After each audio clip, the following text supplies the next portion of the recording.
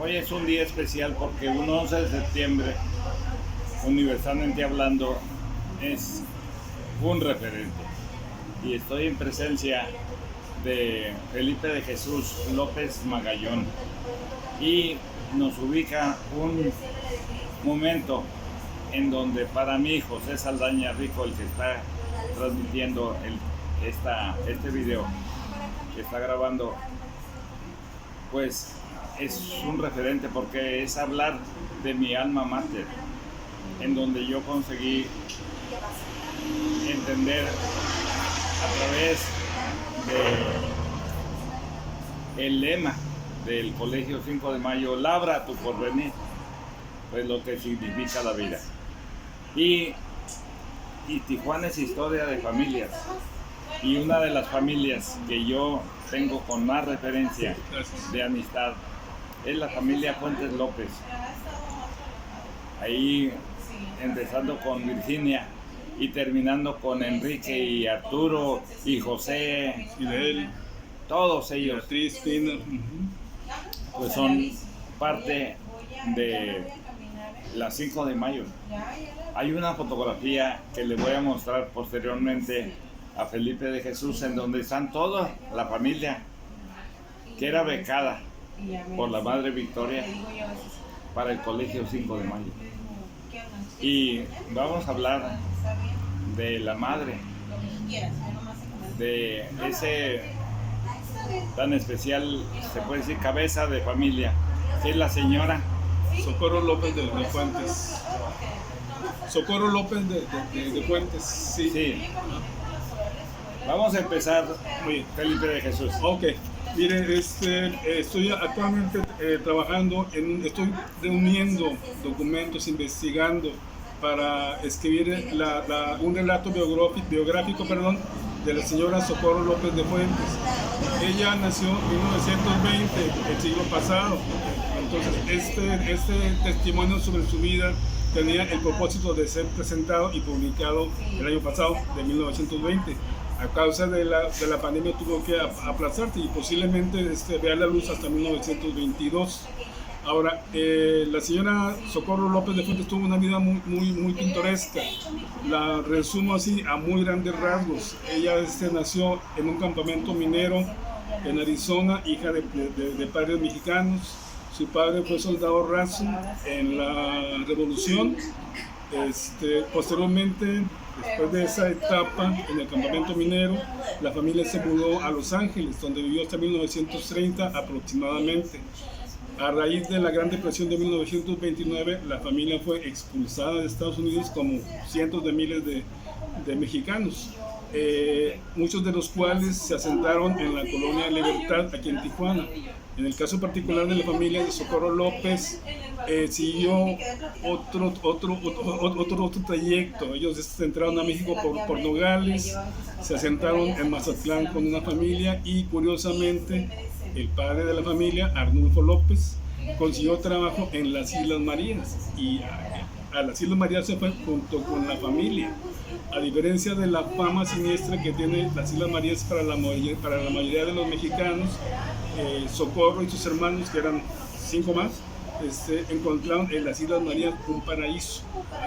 Esta es una etapa muy pintoresca de ella que trataremos con cierto detalle en el libro. Posteriormente, Socorro estudia para maestra rural en una etapa muy violenta de México.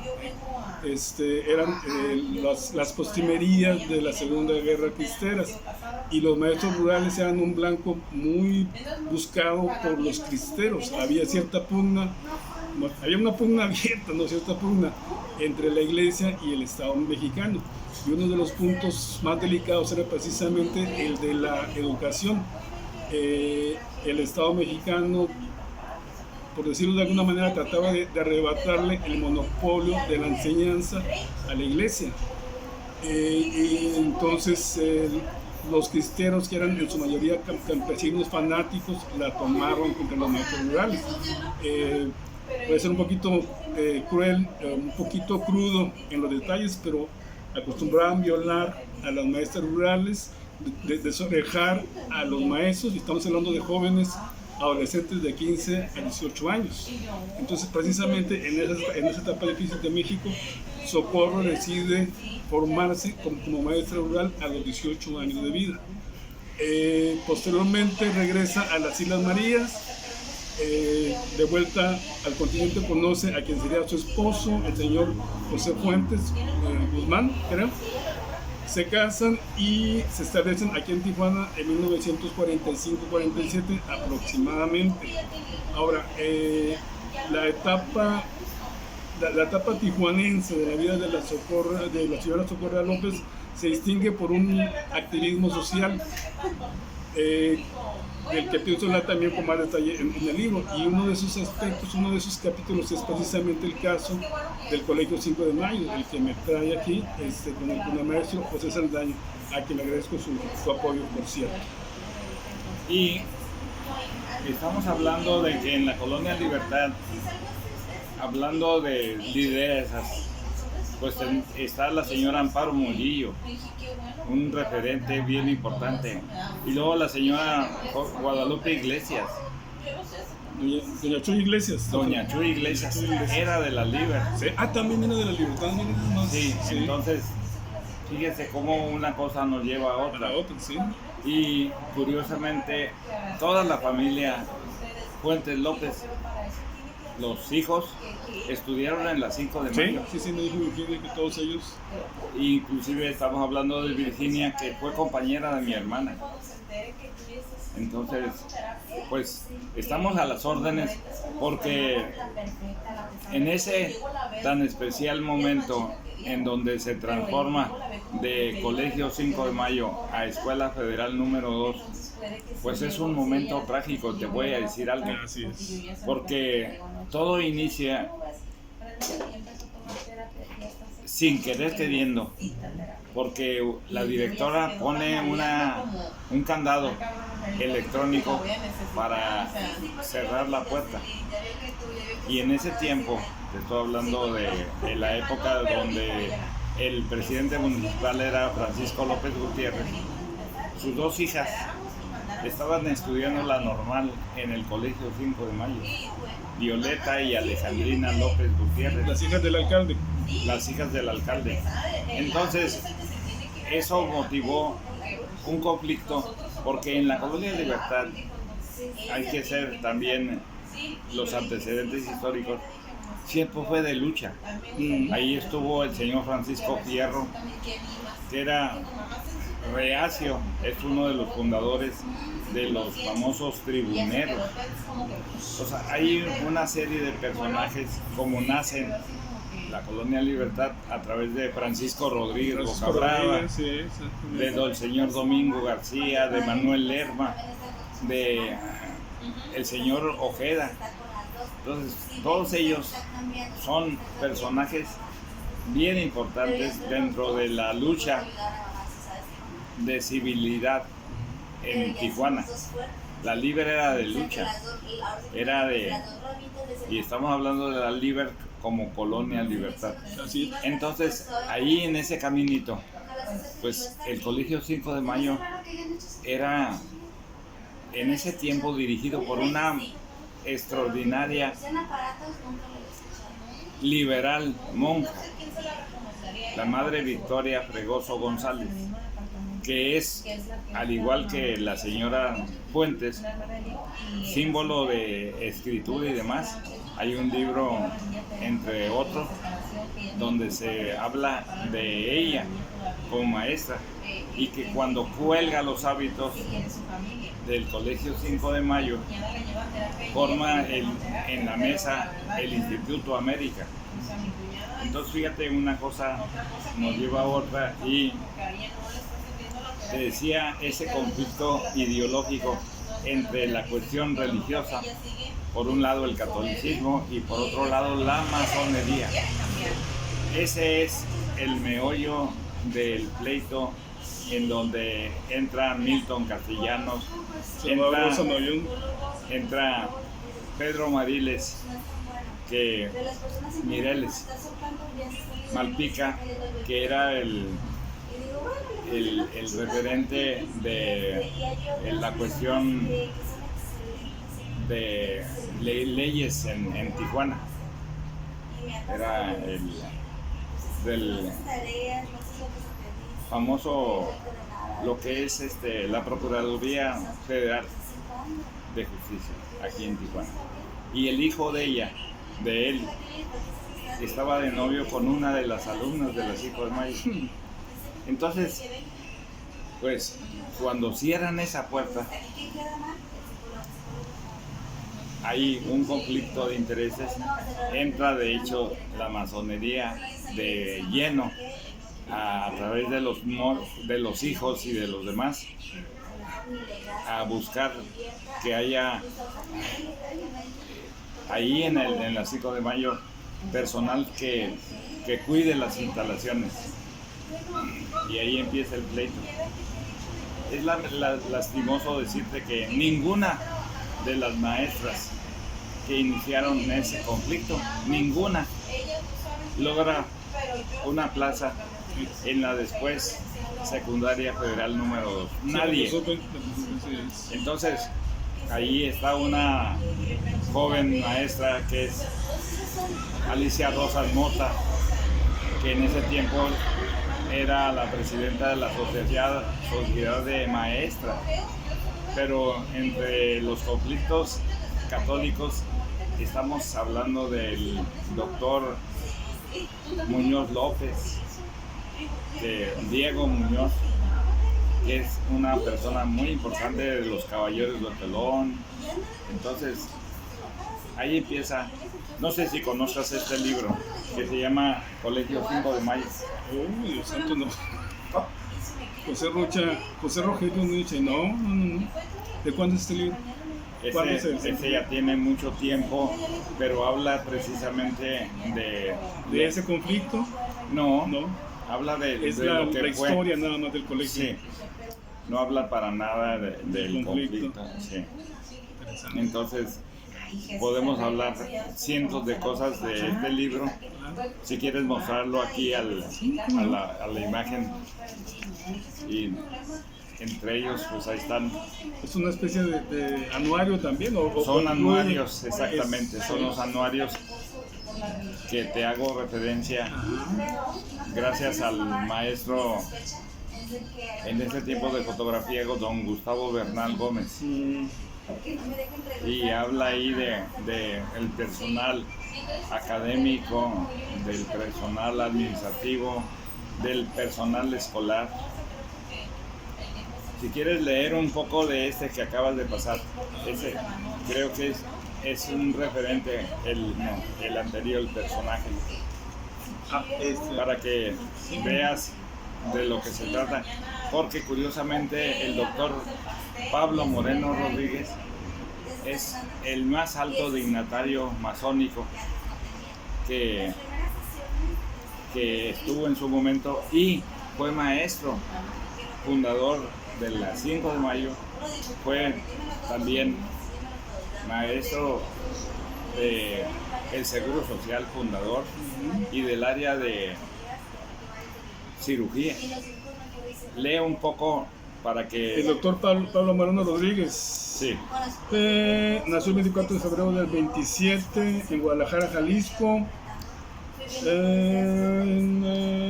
Se casó con Marta Aubanel, hija del doctor Aubanel, que fue gobernador interino hasta donde sé, de Baja California.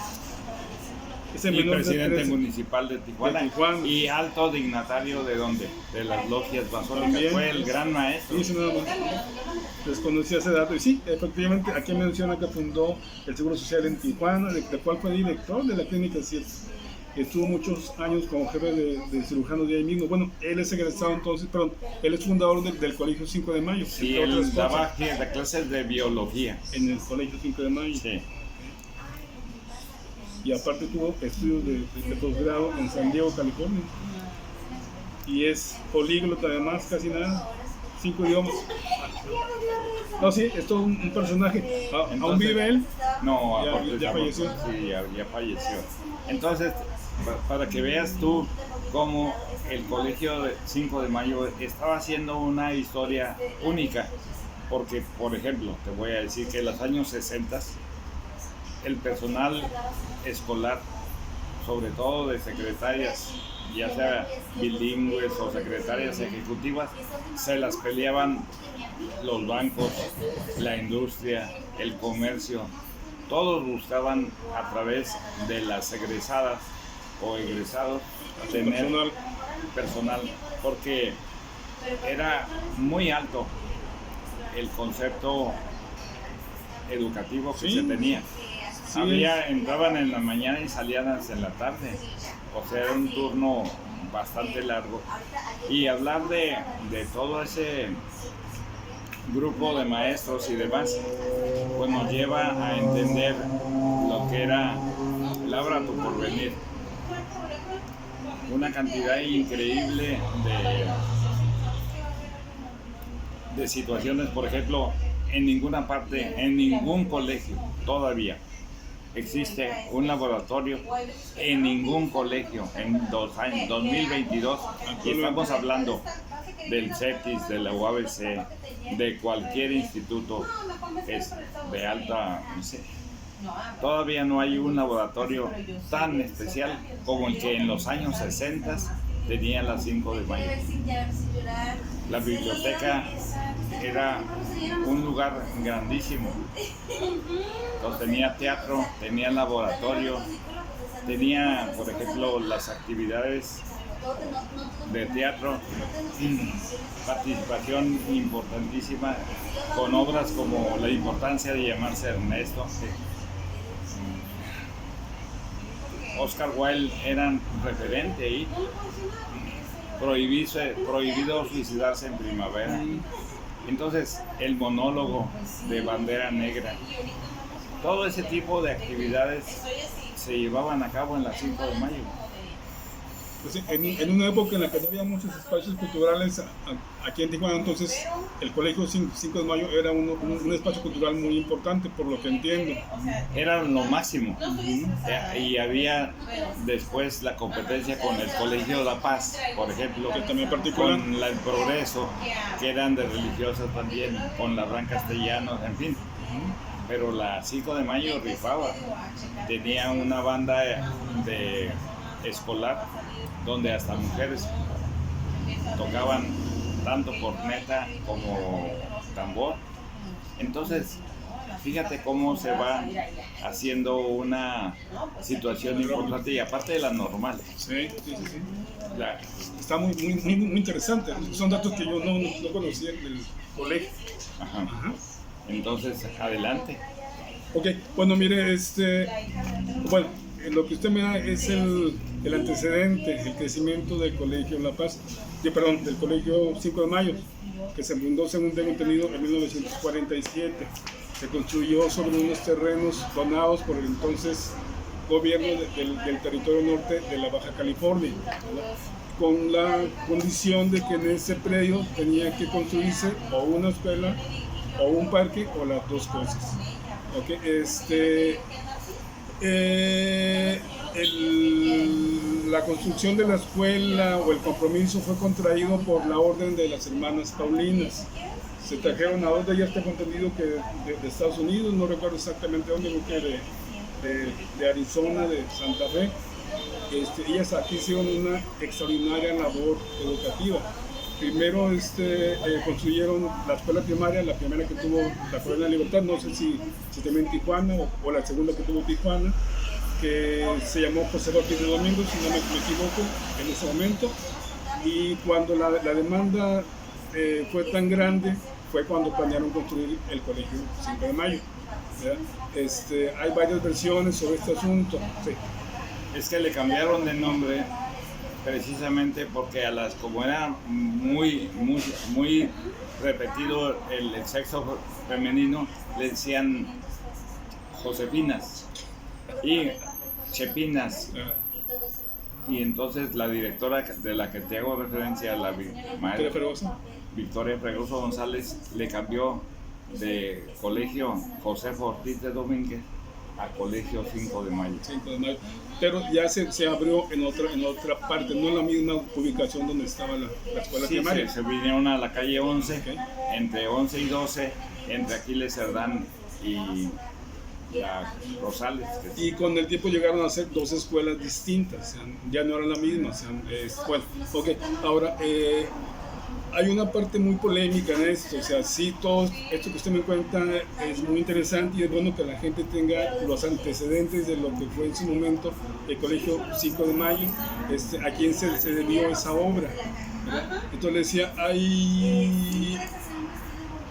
hay un conflicto que se incubó precisamente en esa época, en la época en que el gobierno del territorio dona los terrenos a la Orden de las Paulinas para la construcción de esta escuela.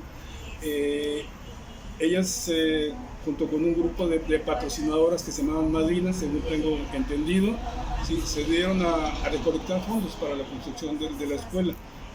Los vecinos de la colonia, que eran los principales beneficiados con esta escuela, colaboraron a través de kermés, a través de rifas, y de esa manera fue que con el paso de los años, 10, 15 años, se levantó un edificio magnífico, como usted describe, que contaba con instalaciones que yo creo que ni las escuelas actuales tienen. Acabas de mencionar un grupo de personajes patrocinadores extraordinarios, las madrinas. Y aquí hay que resaltar el nombre de Alma Paredes. Alma Paredes estaba casada con quien manejaba el $1 Million en Los Ángeles, California. El lugar exclusivo para artistas mexicanos o latinos en Los Ángeles. Entonces ellos tenían una capacidad económica extraordinaria y gracias a ellas, a Alma Marín, que promovía todo tipo de arte, bailable, cantante, mariachis, en fin, todo eso, ella juntaba inclusive los regalos anuales en las Navidades, donde a cada alumno le daban un regalo, entre otras cosas, y aparte el apoyo económico, en donde a través de esa solidaridad, no nada más de la colonia Libertad, sino de las colonias anexas a la Libertad, la colonia Burócrata, Ruiz Cortines, la colonia López Leiva, la Empleado Postal, la colonia del Río, había una cantidad increíble de alumnos que venían hacia la colonia Libertad a la escuela. Y ahí había competencia ideológica y demás entre los grupos, en donde poco a poco se fue creando y se fue ampliando el edificio de la 5 de Mayo. Yo te puedo asegurar una cosa, la escuela 5 de Mayo, desde que ya se hizo oficial, no ha crecido ni 10% de lo que se creció en tiempo su momento. Que lo manejaron las religiosas. Y en 10 años se hizo de 3 pisos, se hizo una construcción, se hizo otra, había transporte escolar, en fin, había una serie de actividades dentro y fuera de la escuela, donde sábados y domingos había actividades. Lo que pasa es que hay mucha teoría así fantasiosa de como estaba enfrente de la iglesia, que había un sótano y que se iban directamente, una serie de fantasías, pero seguimos pues. Bueno, okay.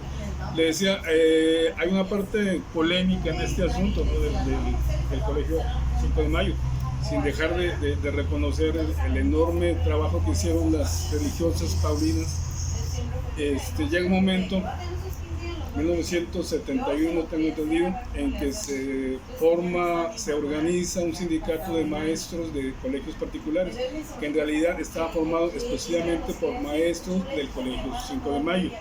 Ellos forman un sindicato y emplazan a huelga. El principal argumento de ellos es que ganan 20 pesos menos que el salario mínimo regional de la zona, y que tampoco están inscritos en el Seguro Social. Entonces ahí se crea un conflicto con la directiva del colegio. De hecho, hay 2 tentativas de huelga de los maestros y las 2 tentativas son declaradas ilegales por la Junta Local de Conciliación y Arbitraje. Entonces, en ese contexto, se da un movimiento, ¿cómo lo puedo calificar? Un movimiento que puede, no sé exactamente qué calificativo darle. La cuestión es que por temor a que el colegio quedara en manos de los maestros rebeldes, que así los califican, se procede a hacer una especie de venta, una operación de compraventa, por la cual una antigua empleada del colegio, que había trabajado como secretaria ejecutiva durante 20 años, sí, Teresa Íñiguez de Robles, exactamente, queda como propietaria. Entonces, cuando estalla el conflicto por los maestros, que finalmente la escuela cierra operaciones y permanece cerrada durante 9 meses y se pierde el año lectivo 1971-1972.